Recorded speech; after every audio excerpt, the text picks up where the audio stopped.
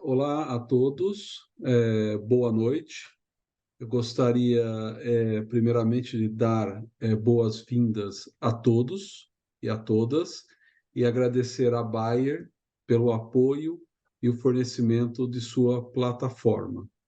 Eu gostaria de apresentar a doutora Tatiana Tucunduva, que irá dar sequência agora ao evento. A Tatiana Tucunduva é médica radiologista do Grupo Fleury, em Brasil, e membra do CIBIM Yang.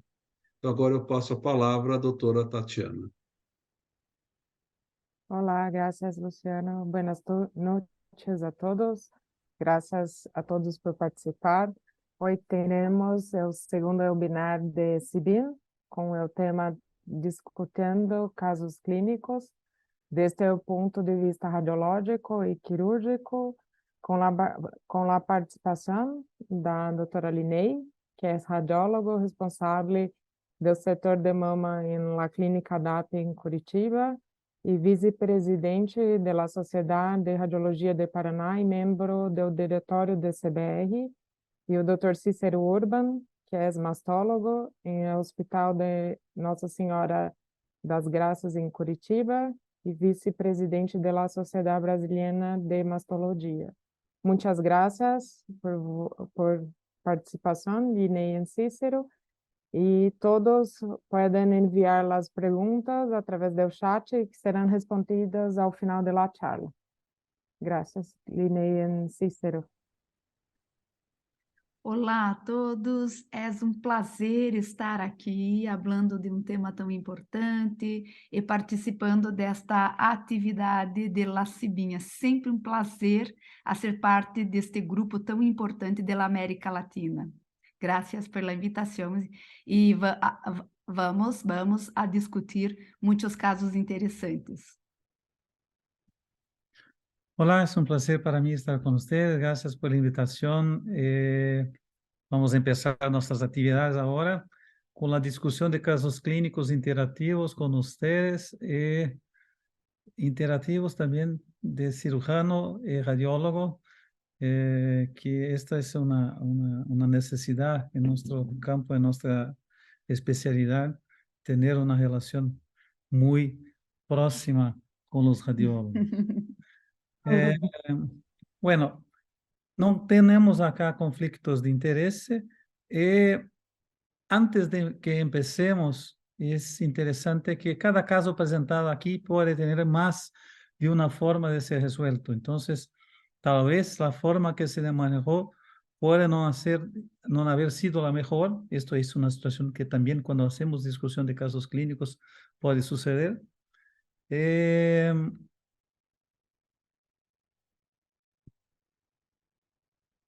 ¿Cómo está pasando?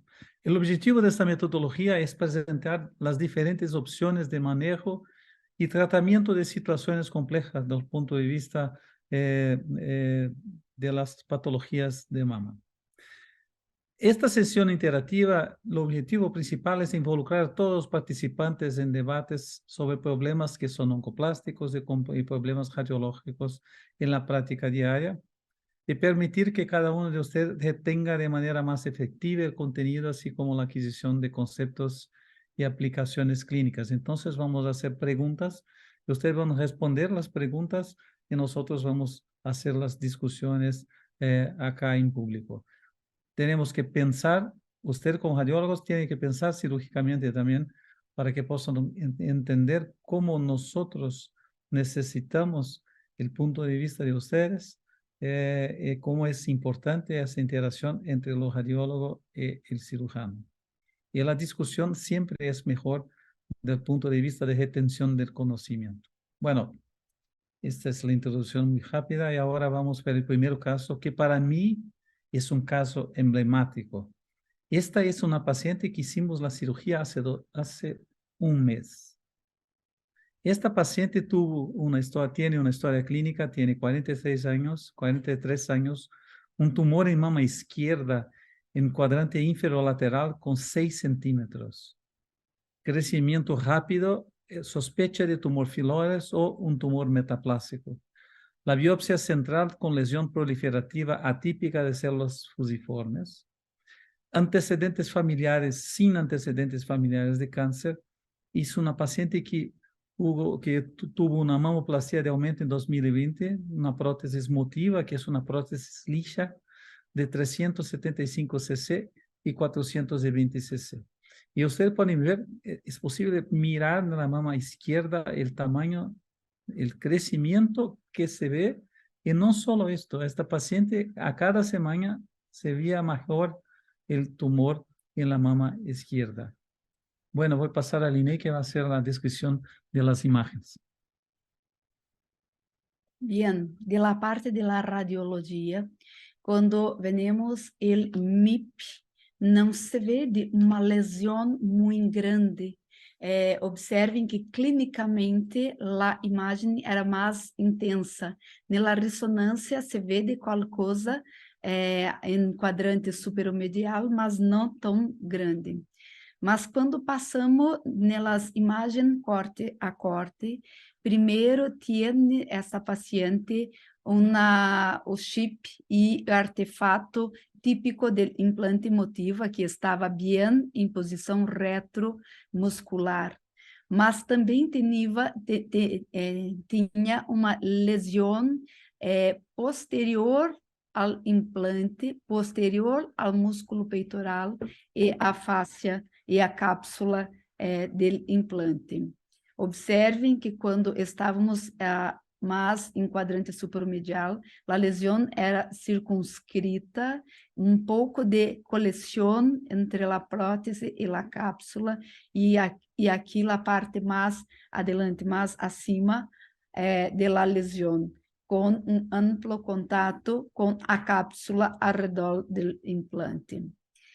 Aqui se observa que a lesão era hiperintensa em T2, mas não tem nenhum contenido de silicona dentro da lesão.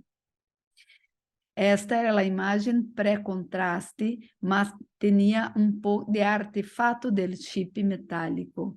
Após ele contraste, observamos que tem pouco de realce, mas realce não tão precoce, e que no último se era observada melhor. Esta é a última, observe que era realce heterogêneo periférico entre a cápsula reacional do implante, deslocando o implante anteriormente. Esta é a subtração. Esta é a imagem em sagital para observar a cápsula reacional, a lesão e a parede. Portanto, pergunto, esta é a primeira votação. Qual é realmente o diagnóstico desta paciente? É linfoma, granuloma, carcinoma de células escamosas associado aos implantes? Ou fibromatoses. Agora, vocês podem votar na tela do computador. 2 minutos por los votos.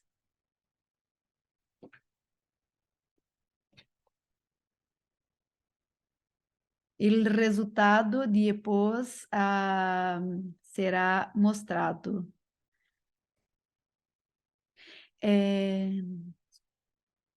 Imagina, pode. 2 minutos, mais 1 minuto, mais 1 minuto. Ok. Votação encerrada. Podíamos ver o resultado e observem que interessante. A grande maioria pensa realmente no diagnóstico mais frequente, linfoma associado aos implantes. Granuloma menos frequente porque não se vê niente de silicone, mas também é possível. Este é diagnóstico muito raro de tumor muito agressivo na mama, não tão circunscrito, com isso também pouco provável. E fibromatose, apesar da primeira biópsia, a imagem era pouco diferente. Portanto, O diagnóstico final deste caso foi fibromatose. Por este é tão diferente. E neste momento devemos falar das lesões da parede torácica. Sempre que temos uma lesão junto à parede torácica, devemos pensar que as estruturas nesta região, na fáscia, o músculo, arco costal e nervo intercostal, e da parte da mama, parênquima e graxa retromamária. Com isso, o diagnóstico que sempre devemos fazer em la mente é, primeiro, se o tumor de la parede vem de la fáscia, é ser fibromatose. Se vem do interior do músculo, pensar em sarcoma, o epicentro do tumor. Se está no epicentro do arco costal, sarcoma ou metástase, e del nervo neurinoma. E nada impede de também um tumor muito posterior invadindo a parede torácica. É claro que quando temos um implante, devemos também pensar nas patologias relacionadas a implante, como realmente linfoma, granuloma, e atualmente esse tumor muito raro, com 16 casos ao redor do mundo. Retornando ao nosso caso, observem, quando observamos aqui, temos uma parte bem circunscrita com a parede torácica, o que lembrava um tumor mais circunscrito. Porque a grande pergunta é, será que este diagnóstico de fibromatose é compatível com nossa imagem? Mas observem que mais acima não tinha lá, o tumor está junto com a parede torácica, está partindo da parede, não tem um limite de... observem que em parte do implante, da lesão, sim, tem limite, mas nesta parte mais inferior, o tumor está junto com a parede torácica, sim, então pode ser um caso de fibromatose. Mas devo mostrar este caso de fibromatose junto com a cápsula, empurrando o implante, invadindo desde a parede até a cápsula, é muito diferente, é muito diverso, porque qual é a aparência mais típica do tumor de fibromatose? É aquele tumor que está posterior, com amplo contato com a fáscia, heterogêneo, mas predominante hiperintenso em T2, porque tem muito fibrose, mas com pouco realce. Observem que o realce da lesão era igual a esta, e o sinal também. Mas a coisa mais importante é que está em amplo contato, o epicentro é nessa região, e na ultrassom, como é muito posterior, muitas vezes é difícil de observar. E agora passamos pela parte cirúrgica. Bueno, ahora sabemos que es una fibromatosis muy grande y que algunas veces este diagnóstico de fibromatosis no es totalmente concluido sin la remoción completa del tumor y la inmunohistoquímica, y fue este el caso aquí. Entonces, ¿qué harían ustedes en este caso? Mastectomía con preservación de areola de pezón y reconstrucción, claro. Mastectomía con preservación de piel, reconstrucción con prótesis. Cirurgia conservadora sin tocar la prótesis, y cirugía conservadora sin tocar la prótesis e injerto de grasa. Entonces, vamos a esperar un minuto para que hagan... segundo. Qual? Kelly cirurgia HNS, Geomaristela cirurgia HNS, G. Disculpe. La Siri. Vamos a esperar un minuto hasta que tengamos toda la votación completa. Sé que son radiólogos la mayor parte de ustedes, pero un poco de conceptos cirúrgicos también hace bien.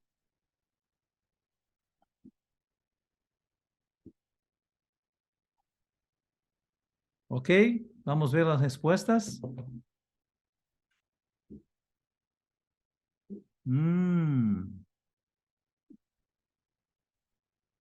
Una confusión completa. Vamos a ver qué hicimos en este caso. Entonces, la mayor parte de ustedes creen que la mastectomía sería la mejor opción para esta paciente.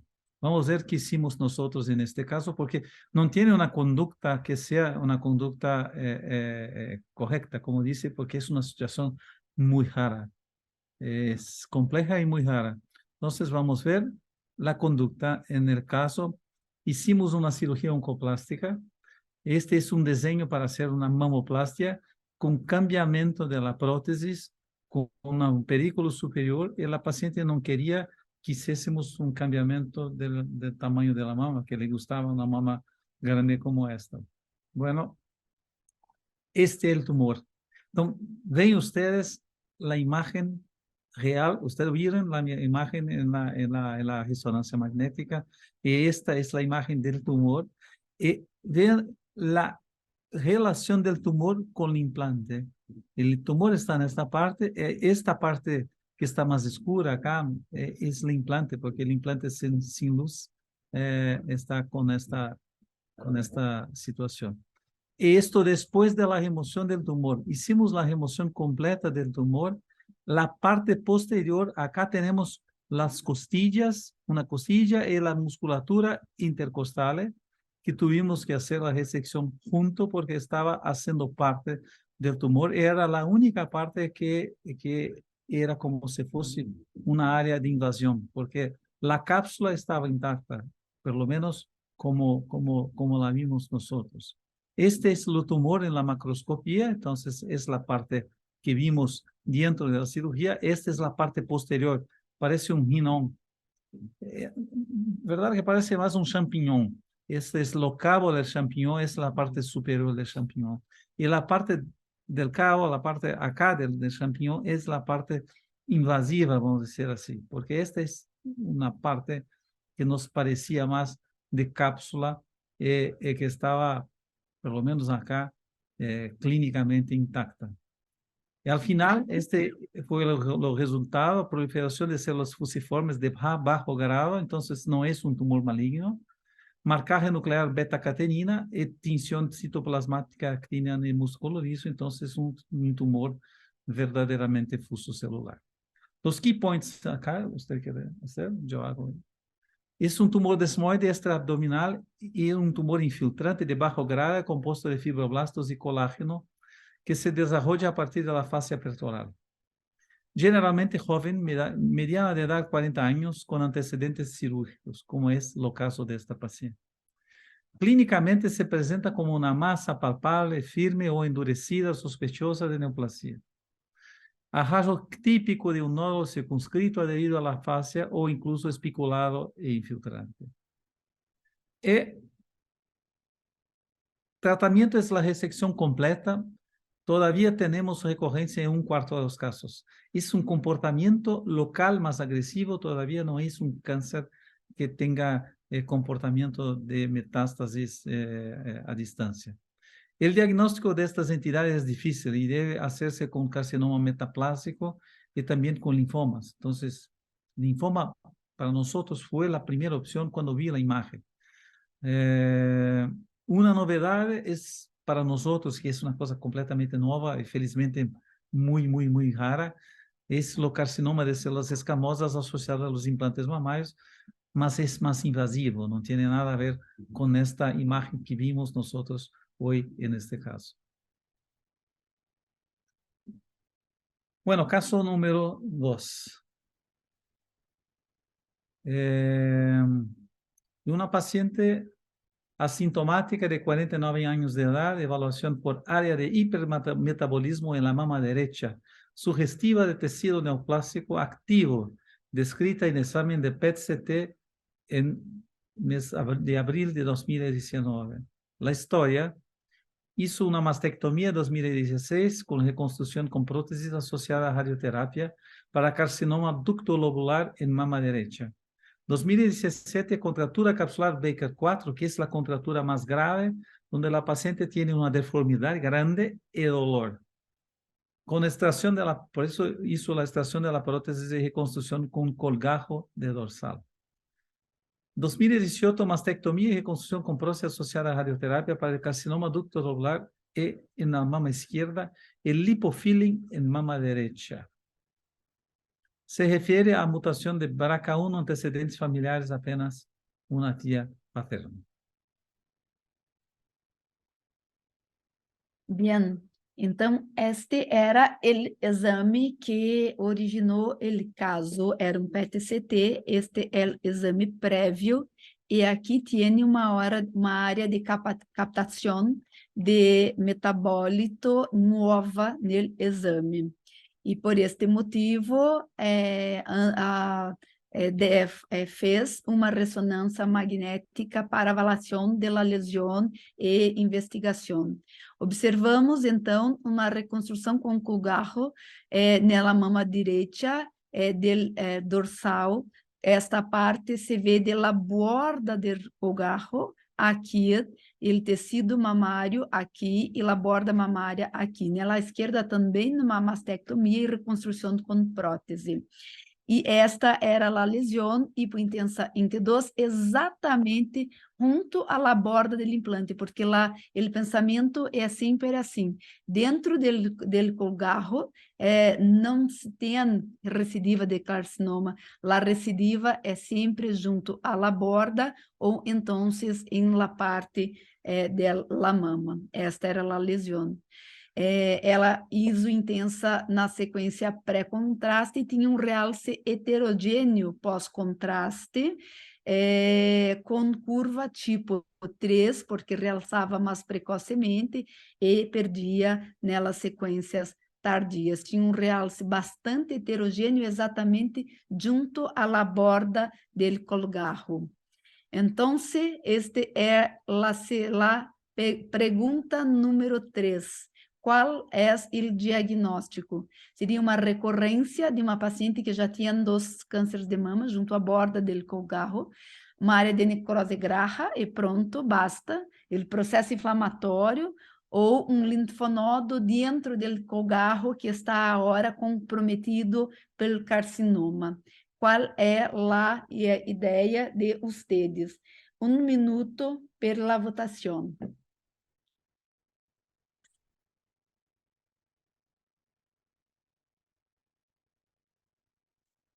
Vamos ver. Este é um caso que começou no PET. Será que a radiologia consegue evaluar melhor? Ok, votação encerrada. Qual é o resultado? Observem. Sim, o nosso principal pensamento, se vem do PET, é a recorrência de um carcinoma invasivo numa paciente que já teve 2 tumores. A necrose graxa, em segundo lugar, que sempre devemos pensar, o processo inflamatório, infiltração muito menos frequente, porque a clínica não era dessa. Mas o diagnóstico desta paciente foi de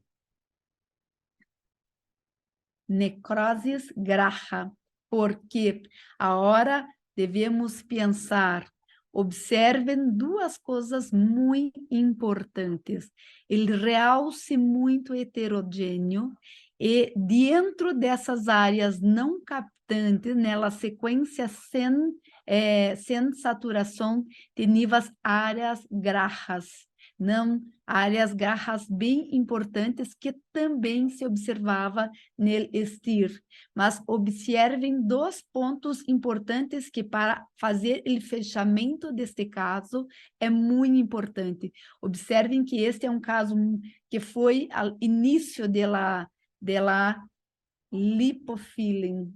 Observem que quando foi falado da história, foi dito que quando a paciente fez a mastectomia à esquerda, também fez lipofilling à direita, um detalhe de história muito importante.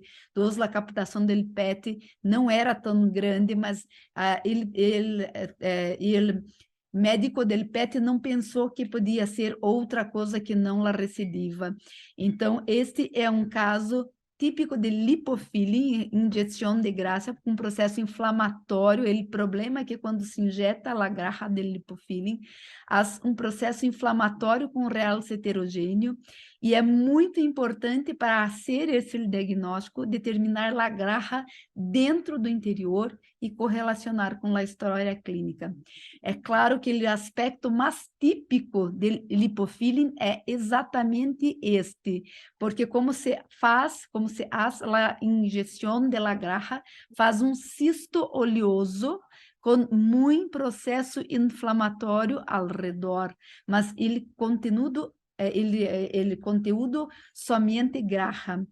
Mas quando é típico, tranquilo. O problema é quando é pequeno. Observem que ela era o exame anterior, não tinha niente, mas foi feito lipofilling somente na parte da quadrantectomia.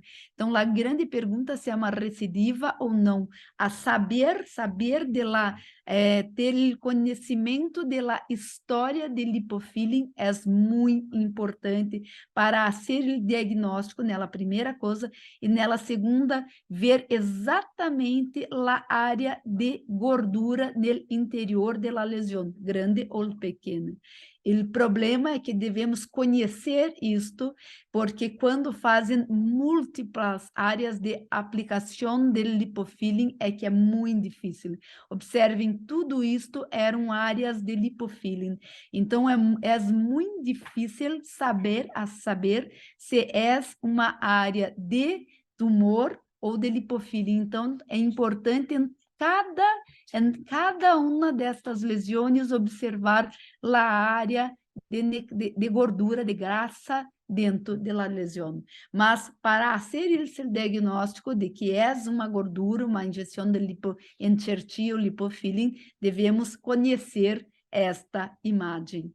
O ponto de aprendizado é exatamente este: a injeção de grasa, lipofilling, é a injeção de graxa para releno em cirurgias estéticas e reconstrutivas, gera um processo inflamatório com realce heterogêneo ao redor, e é importante dois pontos: ver a garra no interior do nódulo e correlacionar com a história clínica. Agora, Cícero mostrará como se faz o lipofilling. Bueno, primero no nos gusta los quistos. Es un señal que que injetamos mucha grasa, más que es lo necesario. Entonces, primero hacemos una liposucción, como ustedes ven acá. Esta es una liposucción que debe hacer con una jeringa de 60 cc, entonces no puede ser mucho fuerte, porque no queremos quebrar todas las células los adipócitos. Y también hacemos toda la preparación. Hoy no utilizamos más la centrífuga, todavía la preparación es para remover lo solo, la sangre, el óleo que tiene arriba, usar solamente la parte de grasa que es como una mantequilla. Es una cosa muy sencilla. El objetivo es no solo volumen. Nosotros utilizamos también una de las calidades de la lipoescultura, que es la calidad tal vez más importante, que es la neovascularización. Entonces, para tejidos que son irradiados, lipofilling es perfecto porque nos da la posibilidad de mejorar la reconstrucción en casos complejos como este, por ejemplo, que es una paciente que tuvo una retracción después de la radioterapia. Entonces, hacemos un pequeño puro con el bisturi y vamos a hacer la inyección después de grasa. Y así vamos a mejorar esta parte, esta zona central en un caso como este. Esto es lo que hacemos nosotros y después los resultados que usted ve en la resonancia magnética. Son múltiples puntos donde puede tener reacción inflamatoria, neovascularización y también cistos. Todavía cistos es un señal que hicimos demasiado. Entonces, esto es la parte final de Facebook.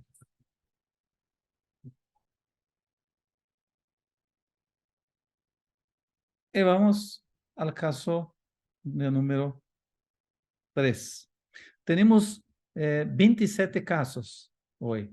Entonces vamos a pasar de medianoche acá. No es un problema para ustedes, ¿no? Caso número 3. Paciente de 34 años que consulta por mastalgia del lado izquierdo. Refería mamoplastía con colocación de prótesis hace 7 años.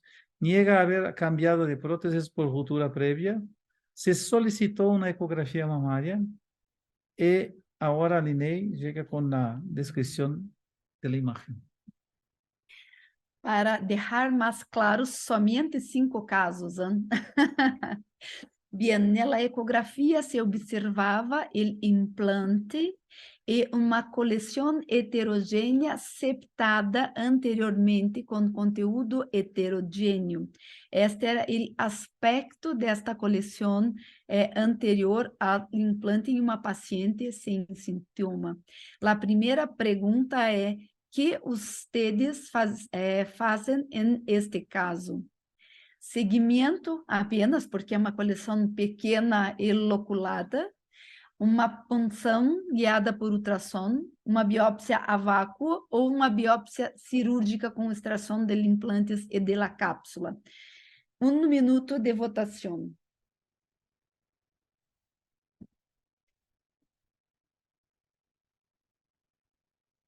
Vamos ver que coisa hacemos. E este penso que é um problema de todos. Quem nunca pegou um caso como este, de uma coleção um pouco heterogênea, pequena e localizada na mama? Qual é o primeiro conduta neste caso?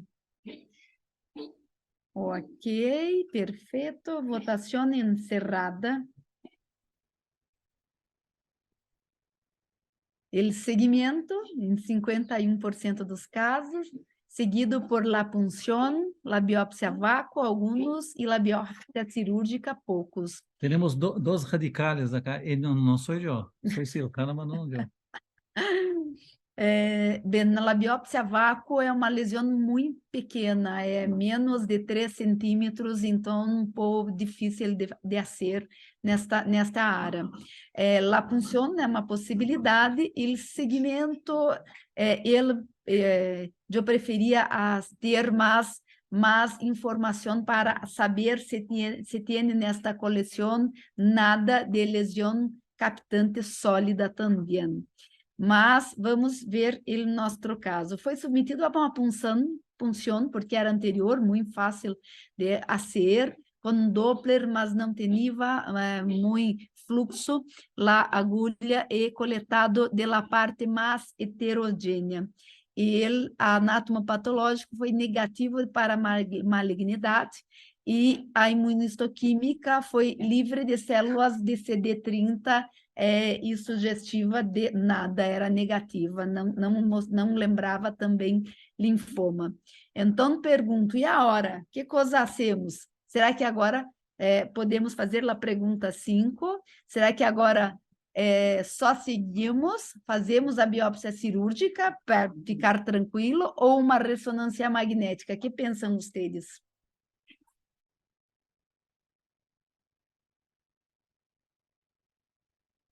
Vamos lá, votação quase finalizando.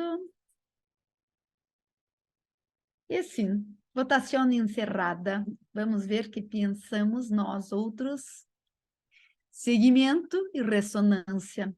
Perfeito, perfeito. Porque a grande pergunta é se tem ou não uma lesão dentro dessa coleção, porque era heterogênea, não era só líquida, e esta também era uma médica, então foi feita nesta paciente uma ressonância magnética, e foi isso que nós conduzimos. Observem que os implantes estavam bem, sem nenhum problema, sem líquido, niente, mas realmente tinha uma coleção heterogênea e completamente loculada na parte anterior do implante. Observem que era hiper em estir, mas não era possível ver a área de silicone dentro. E esta era a imagem pré-contraste, esta a imagem pós-contraste. Este é o MIP del primeiro, del segundo e del sexto minuto.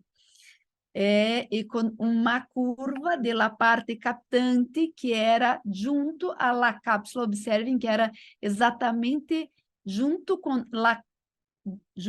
a cápsula del implante e com curva tipo 3. Então, a minha pergunta agora, qual é o diagnóstico mais provável? Linfoma, granuloma, tumor desmoide. Agora sabemos que não, tumor desmoide vem da face do peitoral, então está anterior e também tem outra aparência. Ou processo inflamatório. A votação. Chulo soy ahora. Comissão, o que você vai ver? Se faz isso automático, sim. Deu quê? Sim. Ok, votação encerrada. Observem. Observem 42% linfoma e 32% granuloma de silicone. E este é o nosso problema, porque o linfoma tem uma imagem heterogênea, o granuloma de silicone também tem captação e é mais heterogênea também, é uma coisa, não se tem tantos casos, mas geralmente é um realce mais heterogêneo e septado. Lembra muito este caso também. Então, que coisa fizemos neste caso? Foi lá, como tinha uma área de realce, foi pela ressecção cirúrgica, mas antes disso, marcado com carvão, para saber qual era a parte da cápsula que tinha a lesão. Esta era a marcação. Observe que agora o fluxo era possível observar, o carvão exatamente dentro da lesão, e o AP cirúrgico foi granuloma de silicona. Então, agora nós outros devemos saber que o granuloma de silicona tem exatamente esse aspecto e sempre deve estar em nosso pensamento quando vemos um nódulo captante. É um granuloma induzido por silicone, provavelmente resultado de um processo inflamatório por este que tem realce, induzido por extravasamento de pequenas gotículas de silicone, e por isso não é possível ver o silicone na sequência sensível através de uma reação com macrófagos. Sempre o diagnóstico será com via SLCL e tem uma aparência muito similar ao linfoma, exceto porque a forma mais comum de linfoma é porque é uma coleção ao redor de toda a lesão, e linfoma também lembra mais um nódulo, nunca é esse realce heterogêneo. Então, quando temos agora, já a experiência clínica nos mostra que a lesão um pouco mais heterogênea, mais para granuloma, enquanto o nódulo é mais para linfoma. Pronto, caso 4.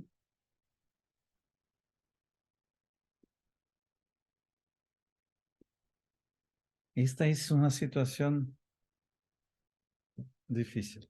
Es una paciente de 41 años en evaluación por mastitis sin mejora completa con antibióticos y corticoides, 5 episodios en los últimos 5 meses. Niega tener antecedentes familiares de cáncer de mama.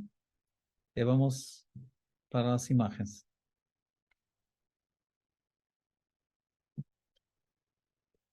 Na ressonância magnética era observado uma área de realce não nodular com um padrão heterogêneo e uma distribuição segmentar, mas se observava muitas pequenas cavidades no interior das áreas de realce, mas também se observava bastante áreas de realce sem cavidades. Observem que a área de realce é de mais ou menos 10 centímetros e se estende del terço anterior, médio e posterior. Portanto, a pergunta 7 é: uma mastite infecciosa, tuberculosa, granulomatose idiopática? Ou, junto com a mastite, estamos nós outros deixando um carcinoma intraductal ou invasivo com áreas de necrose central? 1 minuto per la votação.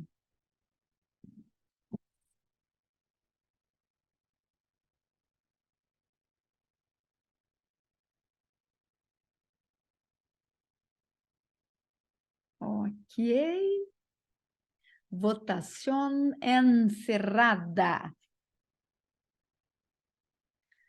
Observem, 60% quase de mastite granulomatose idiopática.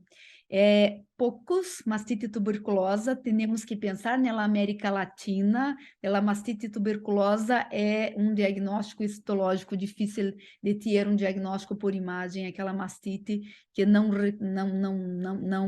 melhora com o tratamento habitual e faz a biópsia para ver qual é o germe. O grande problema que sempre penso é quando é diferencial em tumor com áreas de necrose, com a mastite granulomatose idiopática. Quando temos um caso como este, que tem uma história muito típica de 5 episódios, com áreas grandes de abscesso, é fácil, o diagnóstico tranquilo de falar que é só a mastite. É difícil quando é inicial o primeiro episódio de muitas pacientes jovens. Então, o diagnóstico que sempre devemos ter cuidado é a mastite com carcinoma com necrose central. Neste caso, esta paciente fez a biopsia porque era necessário estabelecer o diagnóstico, porque o tratamento não estava bom, e fechou como mastite granulomatosa idiopática com quase 10 centímetros, refratária ao tratamento com corticoide, porque já estava acendo. Portanto, agora, que coisa podemos fazer com esta paciente? Bueno, enviar para un cirujano, es la primera cosa. ¿Qué haría usted en este caso? Una mastectomía sin reconstrucción, una mastectomía y reconstrucción con prótesis, tratamiento clínico con metotrexato, hizo ya, todavía usted puede querer hacer de nuevo, mamoplastía de reducción o el último que tal vez sea lo mejor, enviar a un amigo. Entonces vamos a hacer la votación. Enviar a un amigo es siempre una buena solución. Depende del amigo.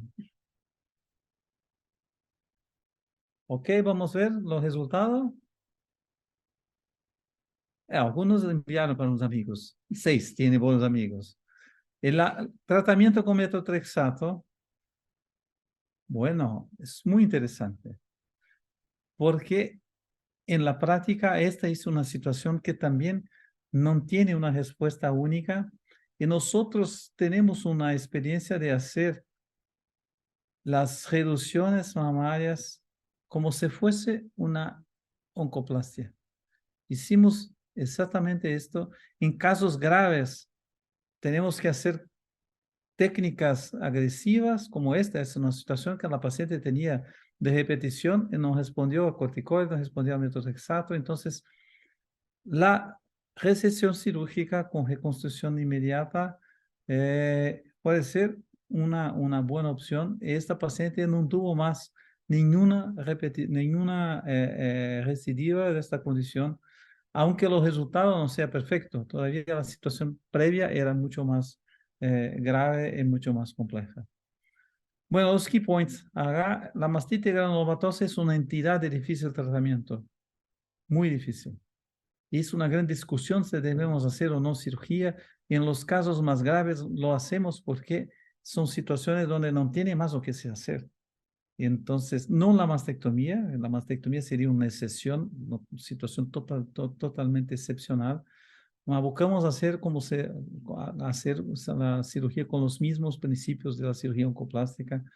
Entonces, haciendo una mamoplastia para reconstruir y resecar la área de la lesión. Acá una área muy extensa. La cirugía entonces con principios oncoplásticas. Claro, necesitamos de estudios adicionales sobre este enfoque. Bueno, caso de número 5 de 23 que tenemos hoy. Esta es una paciente, ese es un caso interesante para concluir acá, porque es una paciente que tiene 55 años con una extensa tumoración palpable en mama.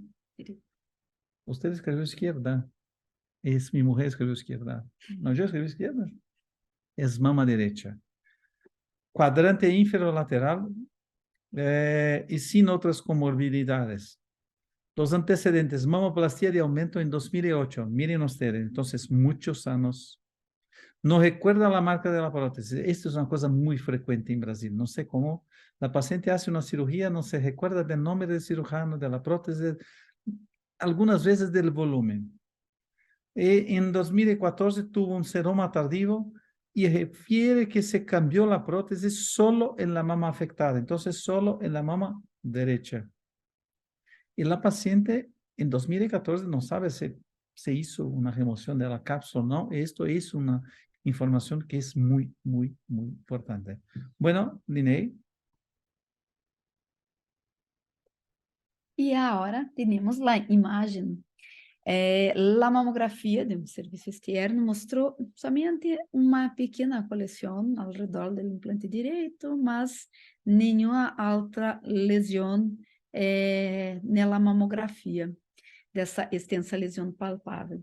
E sim, a paciente tem uma coleção ao redor do implante, mas a extensa lesão palpável de quase 4 centímetros era no quadrante inferolateral, mas não era possível estabelecer nenhuma continuidade com o implante. Fez uma ressonância magnética, tem uma pequena coleção, realmente ela tinha essa história antiga, e esta era a lesão. Observem o epicentro fora da mama, fora da cápsula,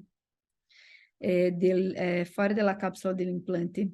Então, era hiperinstir, não tinha nenhum sinal de silicone também. Tinha um realce heterogêneo, progressivo, não era curva, não era intenso, mas uma coisa chamava a atenção, sim, tinha a lesão principal, que o epicentro era fora da cápsula, mas também tinha outra parte da lesão que se continuava com a cápsula. Observem, linfonodo axilar e também outros pontos de lesão junto com a cápsula ao redor do implante. Portanto, será que agora é um linfoma?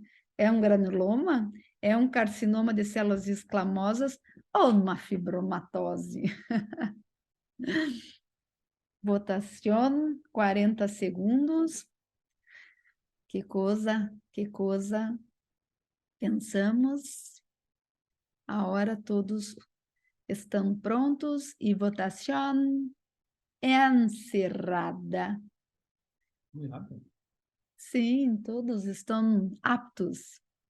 Sim, será que finalmente temos o caso de linfoma?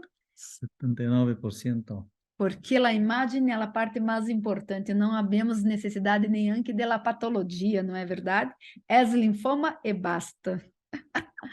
O diagnóstico é do que? Linfoma, finalmente um caso de linfoma. A biopsia mostrou realmente que era um caso de linfoma compatível. O PET-CT mostrou o linfonodo afetado e a área atrás, e um ponto só, aqueles outros pontos não foram mostrados no PET-scan. Por que trouxemos este como último caso? Para lembrar que linfoma, né, é uma patologia que sempre devemos pensar, é um linfoma de células T que expressa CD30, geralmente indolente localizado, com excelente prognóstico, mas esses casos de lesão nodular, enfermidade invasiva, requerem tratamento específico com quimioterapia e radioterapia.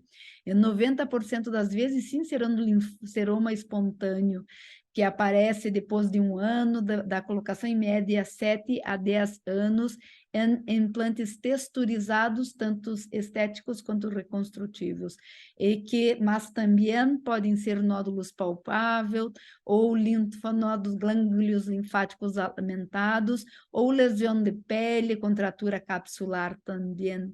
Lembrando que não sabemos ainda a patogenia, pero a hipótese mais testada são três pontos.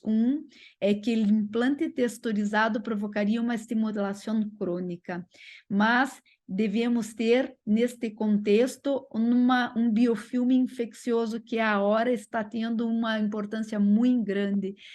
Alguns sugerem, inclusive, esta etiologia desta bactéria. E junto com isso, o indivíduo tem que ser suscetível, ou seja, ter uma displasia de célula T para desenvolver linfoma. O que é importante é que esse estímulo, se tiver outro biofilme, por isso que o biofilme é muito importante quando se habla de implante, se tiver um biofilme que não deste germe, pode evoluir pela contratura capsular, a mesma patogenia. Se tiver o biofilme da rastônia, mas indivíduo suscetível, linfoma, com outro biofilme gram-positivo e indivíduo não suscetível, solo pela contratura. É por isso que é muito similar a imagem das duas coisas. Como se faz o diagnóstico? Sempre que temos um seroma tardio, devemos fazer a citologia e nós outros devemos evaluar e reconhecer e colher esse material. Segundo o NCCN, sempre que temos um sinal suspeito por linfoma, que é a infusão tardio, seroma tardio, ou uma lesão captante, o primeiro exame, a ultrassonografia, se mostrar a infusão ou nódulo, a punção ou a biopsia. Se for inconclusivo, a ressonância é muito importante. Sempre lembrando que tem que fazer a citologia, a citometria de fluxo e a imunistoquímica para definir se é ou não positivo para o linfoma. Que nós outros devemos ter como ponto de aprendizado? Primeiro, quando temos um seroma tardio, a causa mais rara é de ser linfoma. É muito mais frequente ser um seroma normal quando ou habitual ao paciente quando é mínimo. Nós outros radiologistas não devemos enfatizar ou descrever quando se tem somente uma lâmina de líquido, porque senão o médico pode ficar preocupado, e todas as pacientes têm.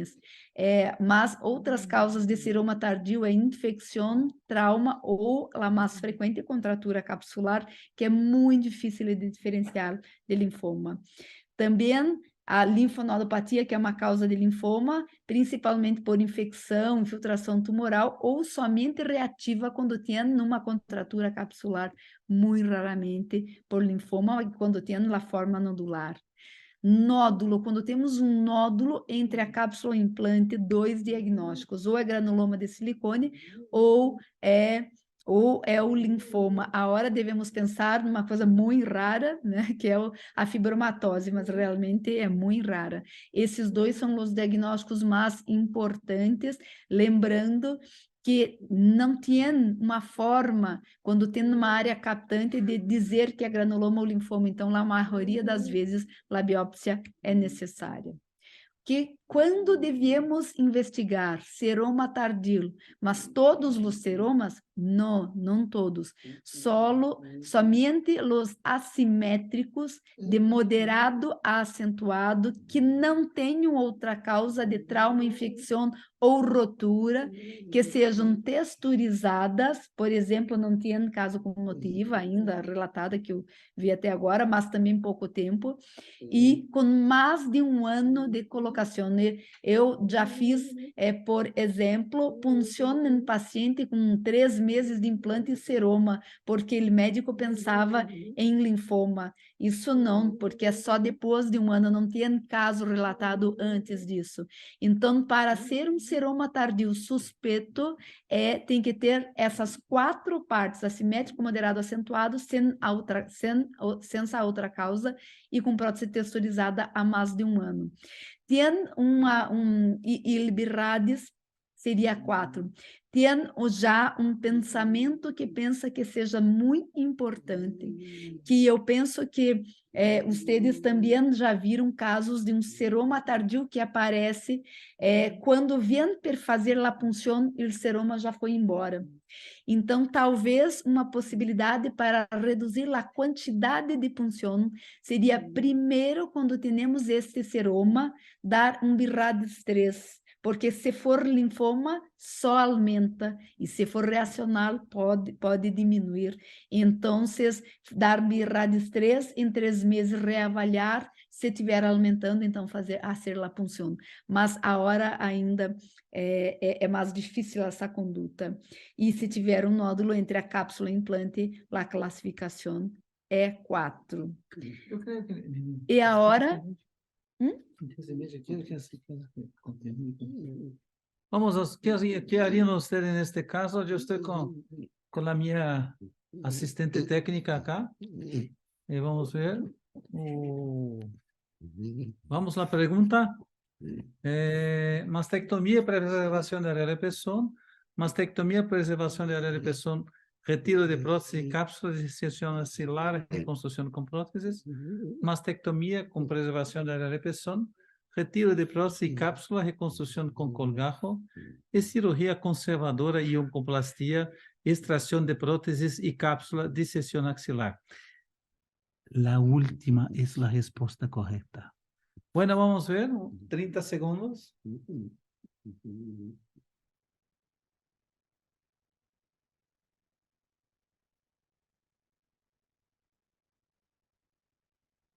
Vamos. Vale. Vamos a ver las respuestas. Perfecto. 74% de ustedes, radiólogos, pararon a hacer cirugía. 74% de cirugía conservadora y oncoplastia. Ella también acepta esta respuesta. Vamos lá. Bueno, hicimos esto en este caso, la cirugía conservadora. Esto es el estadio clínico. Yo no voy a pasar, voy solo a mostrar que hicimos esto porque era posible preservar la mama. Recuerdan ustedes que no es una doença de la mama, es una doença de la cápsula. Entonces, es la cápsula que tiene que ser removida junto con los tumores y también la disección axilar, que no voy a mostrar acá cómo se hace, solo rápidamente. Este es un pedículo superior. Tenemos que hacer esa resección. La resección del tumor, que está todo en la parte inferior, inferolateral de la mama, ¿cierto? Esta es la resección.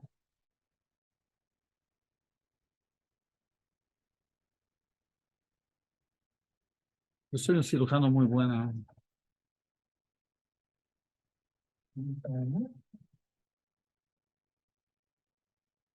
Y esta es la parte final de la remoción.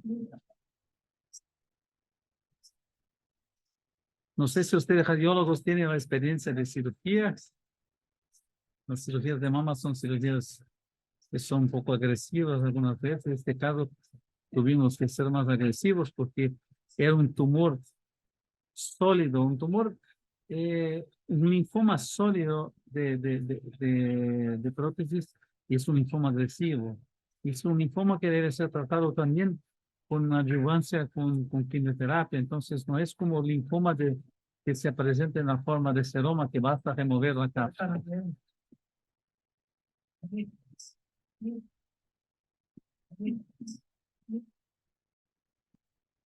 Esta es la remoción completa de la lesión.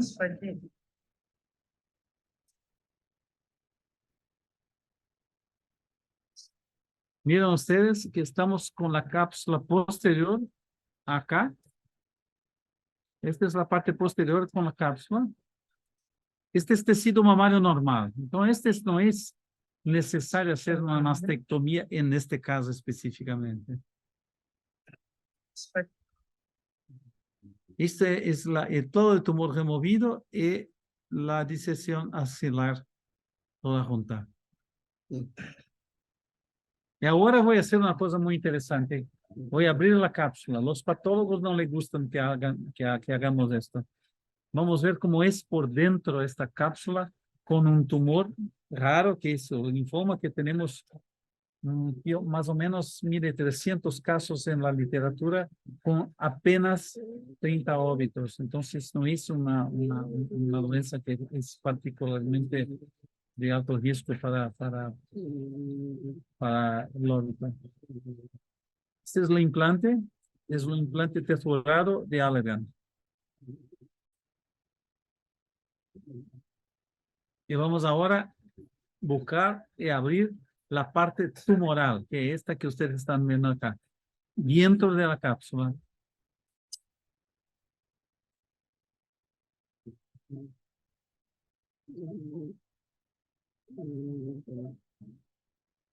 Esta es la cápsula.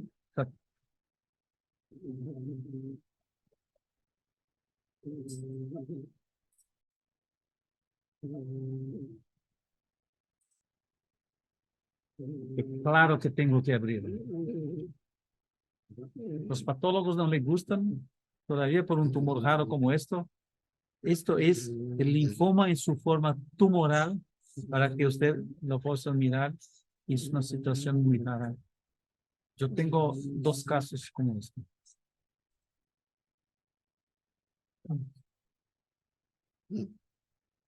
Esto después de la reconstrucción no voy a mostrar a ustedes.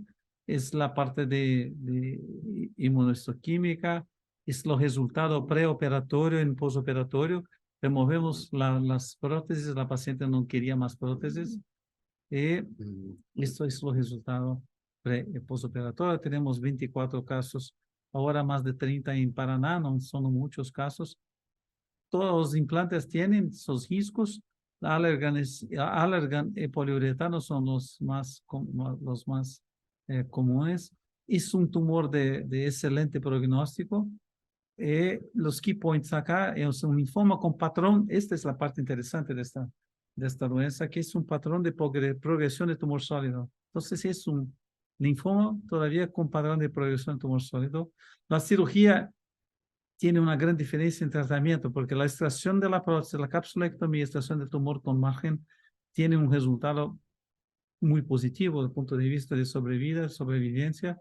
Y se debe considerar la quimioterapia cuando hay afectación linfática o metástasis a distancia.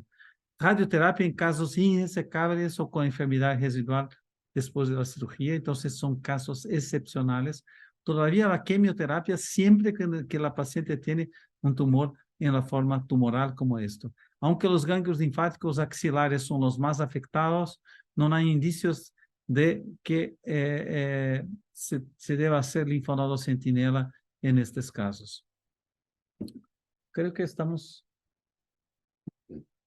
podemos concluir acá nuestra actividad de hoy en 3 con la Lilica. Vamos descompartilhar a tela e com certeza ficamos, eu acho que essa interação entre o radiologista e o cirurgião é muito importante, porque eu acho que nós, pelo menos radiologistas, né, é importante ver, e às vezes eu tenho que compartilhar aqui um pensamento, que cada vez que eu vejo uma cirurgia, eu fico vendo a gente fazendo aquelas medidas, o estadiamento pré-operatório, distância da papila, milímetros, né, e eles puxam com as pincinhas lá e vão cortando, mas é interessante a gente saber isso para saber o que é importante para eles, né. E agora ficamos à disposição de vocês, Tatiana, Luciano. Gracias, Linney y Cícero. La charla fue espectacular, casos raros y muy bien documentados. Adoré. Muchas gracias.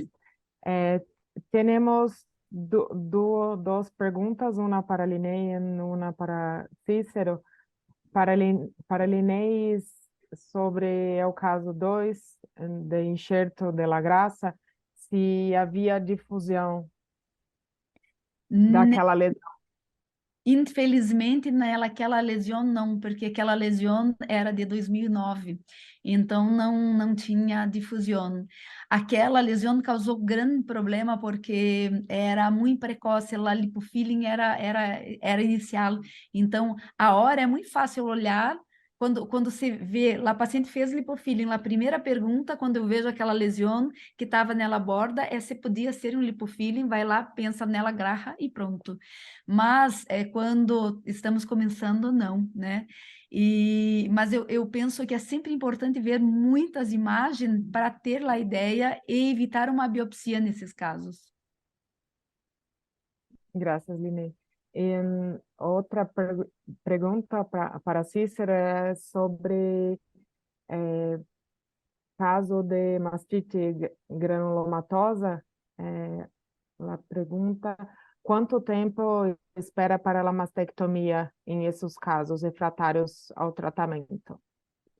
Mas essa é uma pergunta muito interessante porque, primeiro, a maior parte das vezes não é necessário fazer uma mastectomia.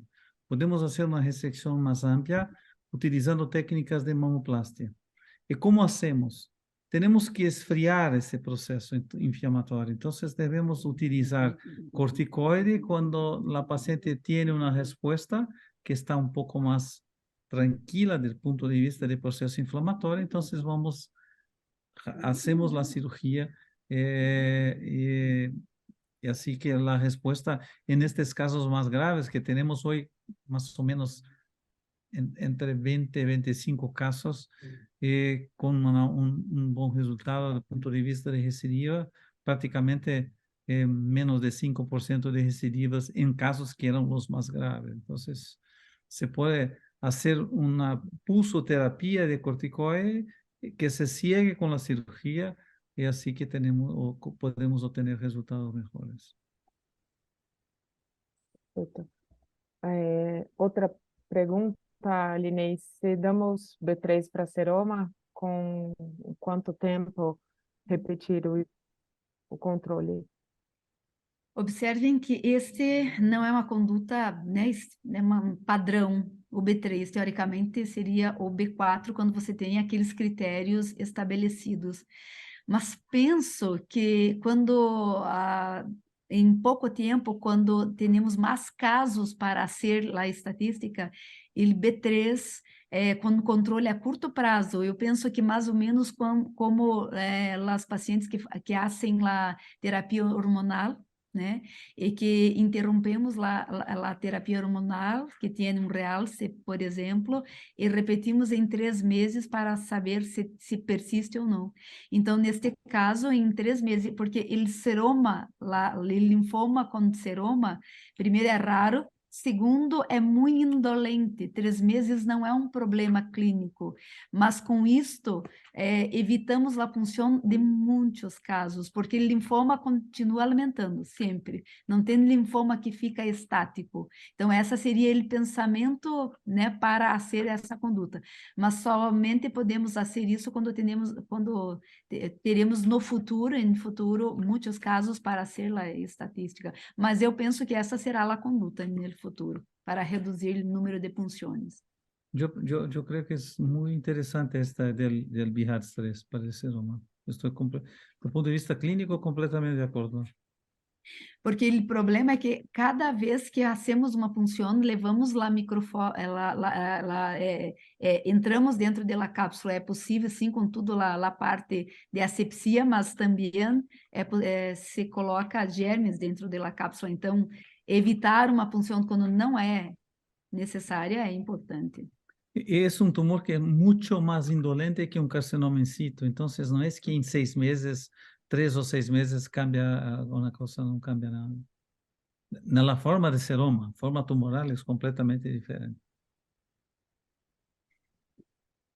Tem uma paciente com forma tumoral que não tinha, que era muito interessante, não tinha. O primeiro paciente de linfoma que nós outros tivemos foi em 2016. Está viva. Está viva, está bem. Fez uma ressonância fora, não comigo, e Cícero trouxe lá as imagens e me mostrou. Era somente uma imagem linear captante entre a cápsula e a prótese e a pessoa deu B3, porque não se falava de linfoma nesta época. Foi em 2016 que a doença foi reconhecida. Mas eu disse a Cícero, não tem por que ter uma coisa captando, é melhor fazer a biopsia. Entre isto, umas 3 semanas, quando Cícero viu a paciente e pediu a biópsia, a lesão era 4 vezes maior. Em um mês, pegava toda a mama. Então, a forma nodular cresce muito rápido, mas de seroma, não. Que é mais rara também, né? Sí, Forma nodular. 20%, 20%. Temos mais 2 perguntas, podemos seguir? Sim. Podemos perguntar também a Luciano, que coisa faz, que Bierrades dá ao seroma, Luciano? Qual é a tua experiência?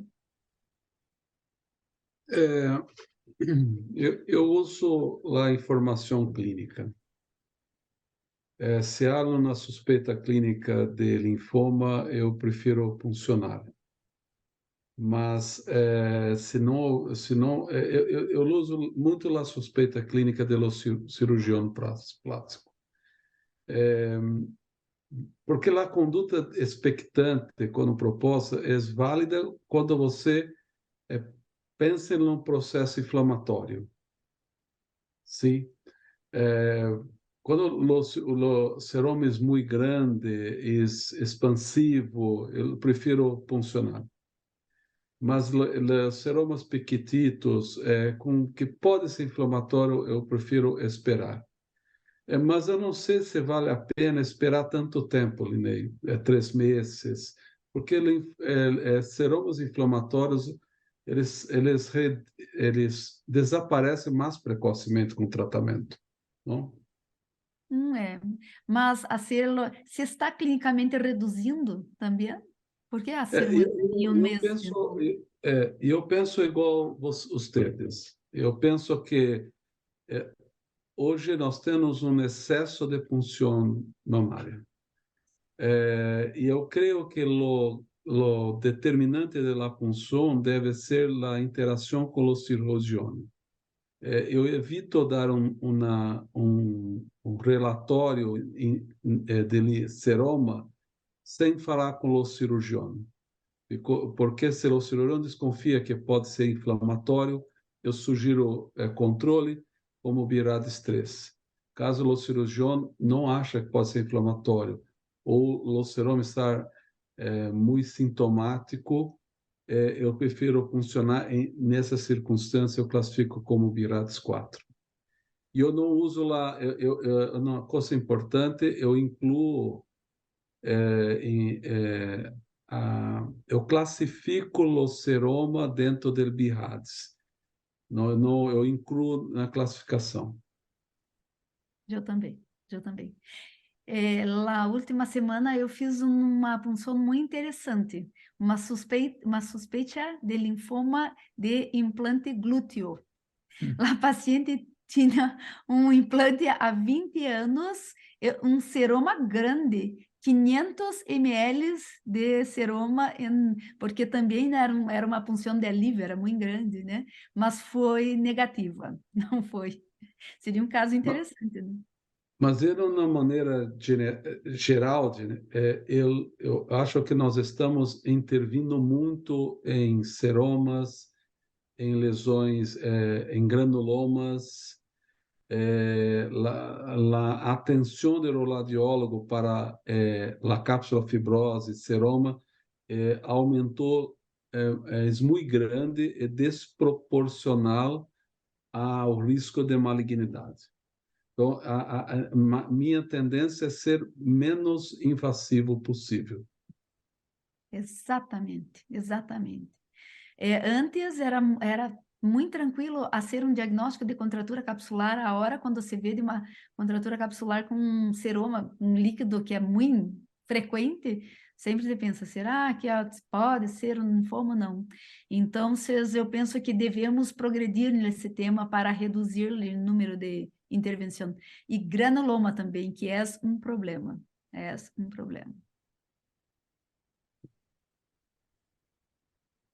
Ben, acho que podemos encerrar, né? Me gostaria de agradecer a todos pela participação, especialmente doutora Linei e doutor Cícero, muitas graças pela brilhante charla, muitas graças, e falar a todos para ficar atentos aos próximos webinars do CIBIN.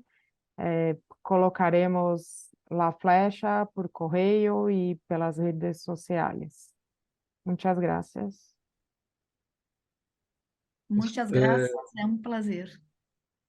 Eu gostaria de agradecer a todos, a Linei, Cícero, Tatiana, todos que assistiram às apresentações, às charlas, e novamente agradecer a Bayer pelo suporte ao CIBIN e por ter nos fornecido a plataforma. Desejo boa noite e aguardamos vocês no próximo webinar do CIBIN. Muito obrigado. Buenas noches. Buenas noches a todos. Boa noite. Tchau. Tá, tá.